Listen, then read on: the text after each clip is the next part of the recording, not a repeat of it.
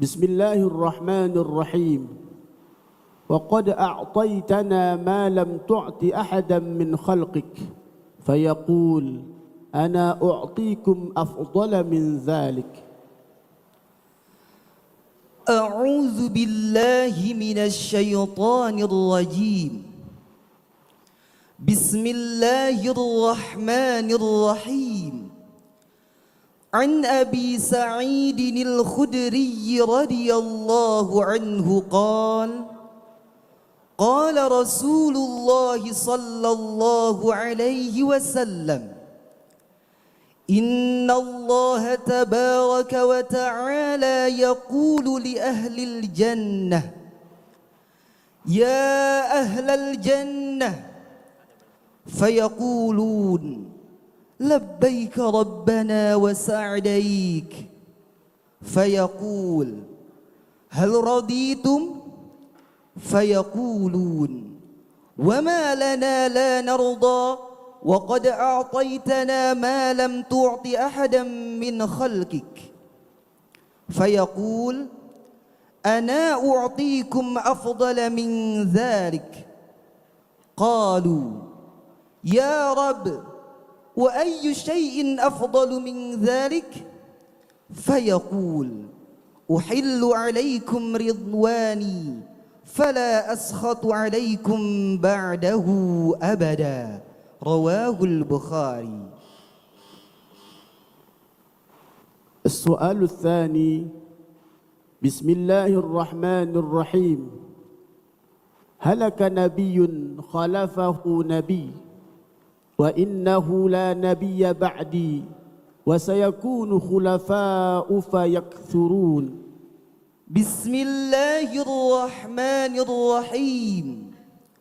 وبه إليه قال سمعت أبا حازم رضي الله عنه قال قاعدت أبا هريرة رضي الله عنه 5 سنين فسمعته يحدث عن النبي صلى الله عليه وسلم قال كانت بنو إسرائيل تسوسهم الأنبياء كلما هلك نبي خلفه نبي وإنه لا نبي بعدي وسيكون خلفاء فيكثرون.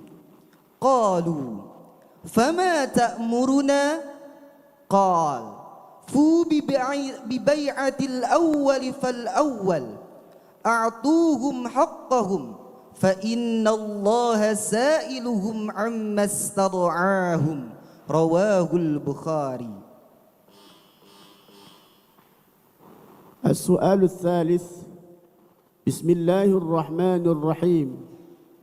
فقلت له فقال سبحان الله يا أبا هر إن المؤمن لا ينجس.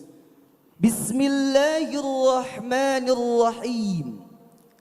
عن أبي هريرة رضي الله عنه قال لقيني رسول الله صلى الله عليه وسلم وأنا جنب فأخذ بيدي فمشيت معه حتى قعد فانسللت فأتيت الرحل فاغتسلت ثم جئت وهو قاعد فقال أين كنت يا أبا هر؟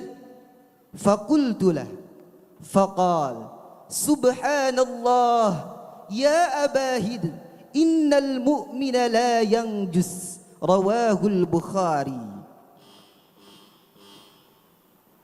السؤال الرابع: بسم الله الرحمن الرحيم.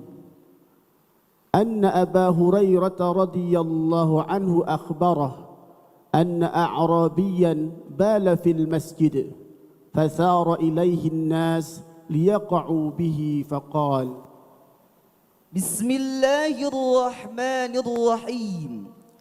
وبه إليه قال أن أبا هريرة رضي الله عنه أخبره أن أعرابيا بال في المسجد فثار إليه الناس ليقعوا به، فقال لهم رسول الله صلى الله عليه وسلم: دعوه وأهريكوا على بوله ذنوبا من ماء أو سجلا من ماء، فإنما بعثتم ميسرين ولم تبعثوا معسرين. رواه البخاري. السؤال الخامس: بسم الله الرحمن الرحيم. إن بني هشام بن المغيرة استأذنوا في أن ينكحوا ابنتهم علي بن أبي طالب. بسم الله الرحمن الرحيم.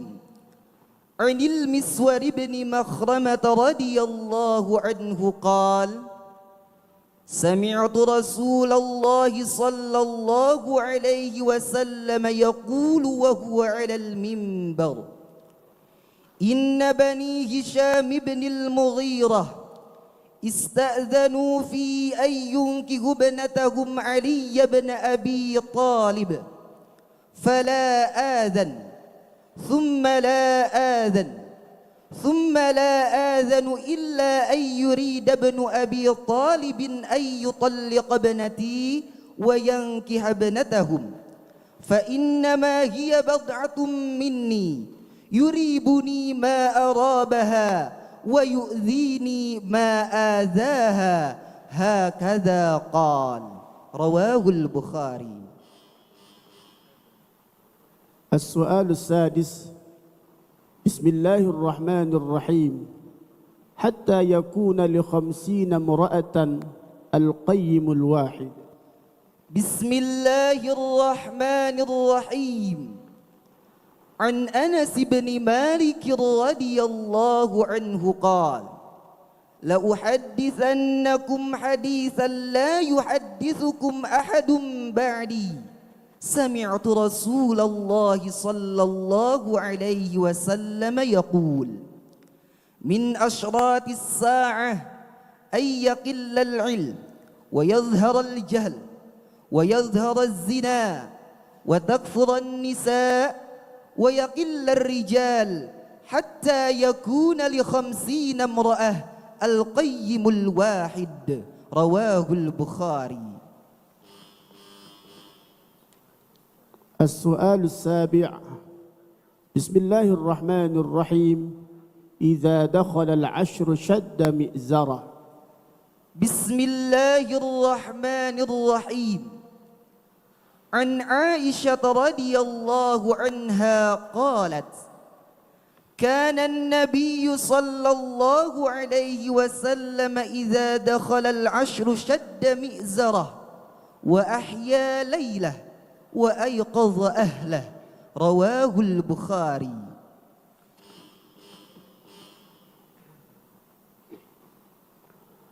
السؤال الثامن: بسم الله الرحمن الرحيم. فقال: ما منكم من أحد إلا وقد كتب مقعده من الجنة ومقعده من النار. فقلنا: بسم الله الرحمن الرحيم.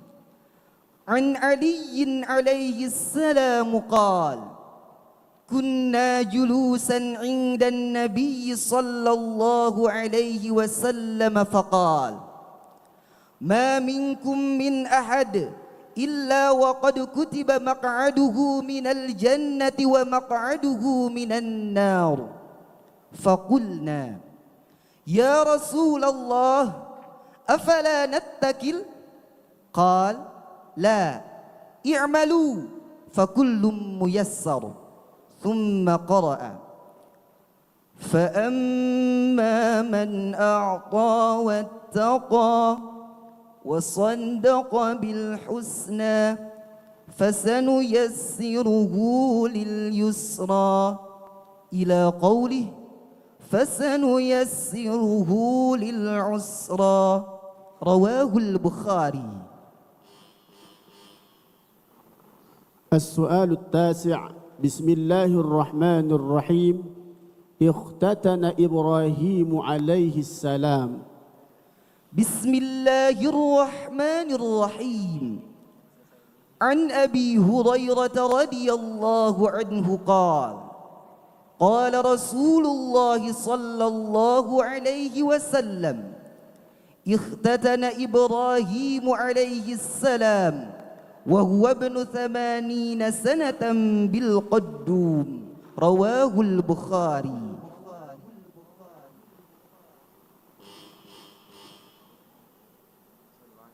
السؤال العاشر بسم الله الرحمن الرحيم فإن لم يستطع أو لم يفعل قال فيعين ذا الحاجة الملهوف قالوا فإن لم يفعل بسم الله الرحمن الرحيم وبه إليه قال حدثنا سعيد بن أبي بردة بن أبي موسى الأشعري عن أبيه عن جده رضي الله عنه قال قال النبي صلى الله عليه وسلم على كل مسلم صدقة قالوا فإن لم يجد قال فيعمل بيديه فينفع نفسه ويتصدق قالوا فإن لم يستطع أو لم يفعل قال فيعين ذا الحاجة الملهوف قالوا فإن لم يفعل قال فيأمر بالخير أو قال بالمعروف قال فإن لم يفعل قال فيمسك عن الشر فإنه له صدقة رواه البخاري. Selanjutnya soal syarahan. Saudara peserta, silahkan Anda terjemahkan mufradat berikut ini. Yumsik, Ia menahan. asyarru, Keburukan. al-malhuf, Memerlukan bantuan. yu'in, Ulangi. yu'in, Membantu. dzal hajah. Yang memiliki kebutuhan. Baik, silahkan Anda terjemahkan hadis nomor 118. A'udzu billahi minasy syaithanir rajim. Bismillahirrahmanirrahim. Diriwayatkan dari Sa'id bin Abi Burdah bin Abi Musa al-Ash'ari dari ayahnya, dari kakeknya, semoga Allah meridainya, ia berkata, Nabi Muhammad sallallahu alaihi wasallam bersabda, diwajibkan kepada setiap muslim sedekah. Para sahabat bertanya, bagaimana jika ia tidak menemukan harta untuk disedekahkan? Rasul menjawab, maka hendaklah ia beramal dengan tangannya atau bekerja dengan tangannya sehingga ia memberikan manfaat kepada dirinya dan bersedekah. Para sahabat bertanya lagi, bagaimana jika ia tidak mampu atau dia tidak mengerjakannya? Beliau menjawab, maka hendaklah ia membantu orang yang membutuhkan bantuan. Para sahabat bertanya lagi, bagaimana jika ia tidak mengerjakannya? Rasul menjawab, maka hendaklah ia menyuruh kepada kebaikan, atau beliau berkata, menyuruh kepada yang ma'ruf. Sahabat berkata, bagaimana jika ia tidak mengerjakannya lagi? Beliau menjawab, maka hendaklah ia menahan dirinya dari melakukan kejelekan, karena sesungguhnya hal itu merupakan sedekah untuknya. Baik, silahkan selanjutnya Anda memberikan syarahan terhadap hadis yang Anda baca tadi. Bismillahirrahmanirrahim. Alhamdulillahi Rabbil Alamin. Allahumma salli ala Sayyidina Muhammad wa ala ali Sayyidina Muhammad, amma ba'd.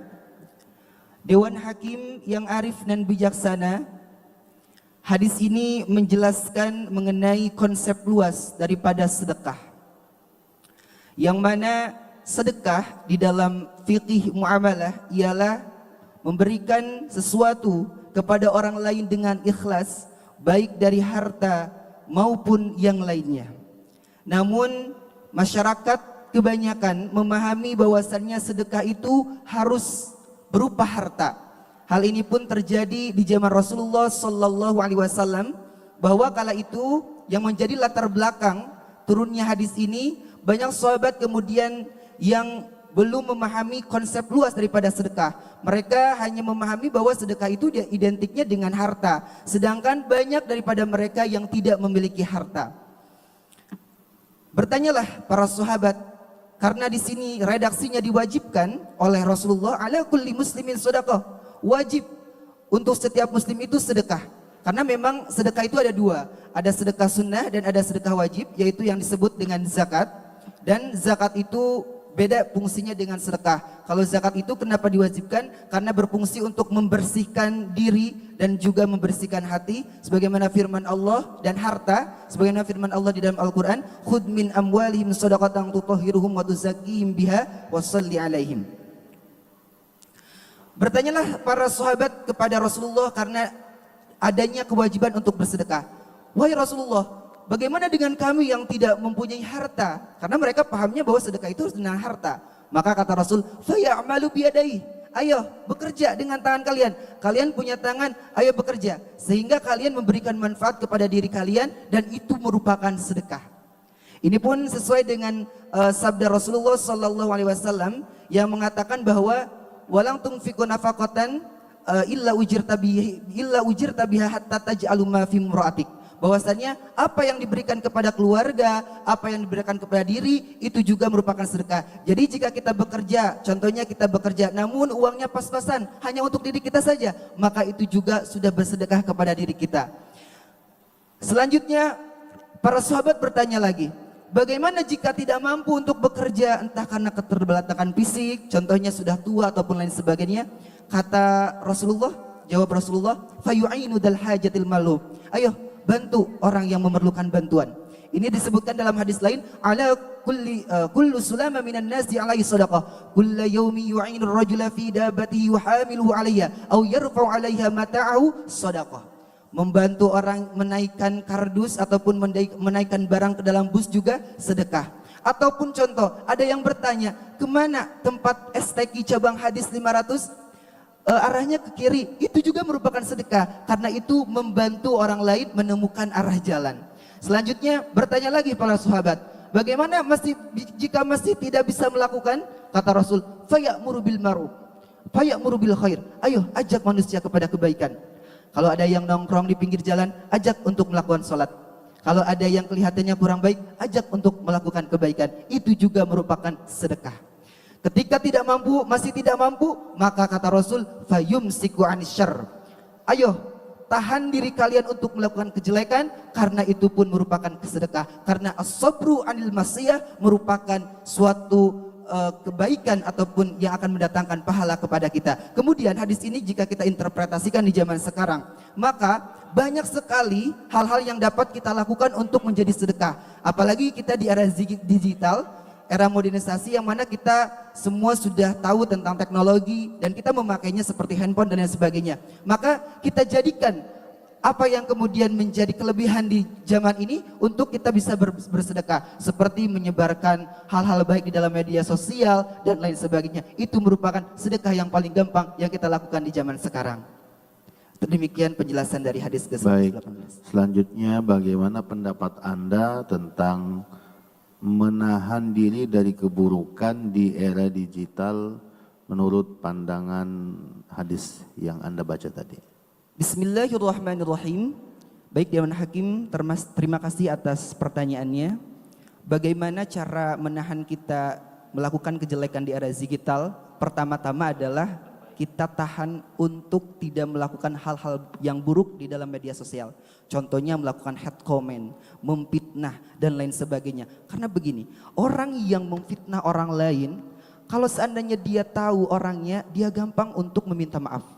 Karena kezaliman itu harus selesai sebelum mereka meninggal. Tetapi kalau seandainya dia memfitnah orang lain, hate comment di dalam platform media sosial, dan dia tidak tahu siapa dirinya, dan dia tidak tahu kapan akan bertemu, bagaimana dia akan meminta maaf kepada orang yang dizaliminya. Dan di sini salah satu cara untuk kemudian menahan kita tidak melakukan kejelekan itu yaitu tadi dengan tidak menyebarkan hal-hal yang hoax, karena begitu sangat riskan sekali kalau seandainya kita tidak cross check terlebih dahulu terhadap hal-hal yang berita-berita yang terjadi. Contoh, kita melihat berita, kita langsung sebar, itu akan menimbulkan bahaya yang sangat luar biasa. Seperti banyak kerusuhan yang kemarin terjadi, itu juga salah satunya karena banyak orang termakan hoax. Maka jangan sampai kita menyebarkan hoax yang ada di media sosial, kemudian hindari untuk komentar negatif kepada orang lain, apalagi kita belum tahu tentang kebenarannya. Ya, baik. Silakan terakhir Anda sampaikan minimal 2 fawaid yang dapat diambil dari hadis ini. Bismillahirrahmanirrahim. Faidah pertama, hadis ini memotivasi kita untuk senantiasa membantu orang lain dengan apapun yang kita bisa, karena itu merupakan bagian daripada sedekah, bahkan dengan senyuman pun itu sudah sedekah. Yang kedua, hadis ini juga memotivasi kita untuk senantiasa memaksimalkan apapun yang ada di diri kita, baik itu harta, tenaga, ilmu, untuk menjadi ladang pahala, yakni menjadi sedekah.